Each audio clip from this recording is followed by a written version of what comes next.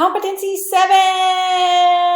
All right, this is all about pronunciation. So I briefly talked about enunciation in the last competency 6, where we're talking about the vocal presentation, the tone, intonations, and not talking like a robot, but having some intonations. Okay, so you're not doing the intonation, I sound like a robot, I'm reading, and you're not memorized, but you are clear and enunciating, and also doing the delivery style known as extemporaneous delivery.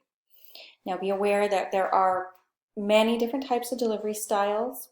You have impromptu, there is the manuscript style, and there is the memorized style, and those are perfectly fine.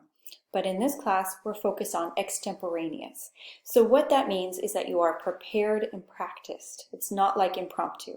It's somewhere in between reading and memorized, but it's this idea that you can prompt off of your note cards and then know what to say next. So it's what I'm doing here with this video series.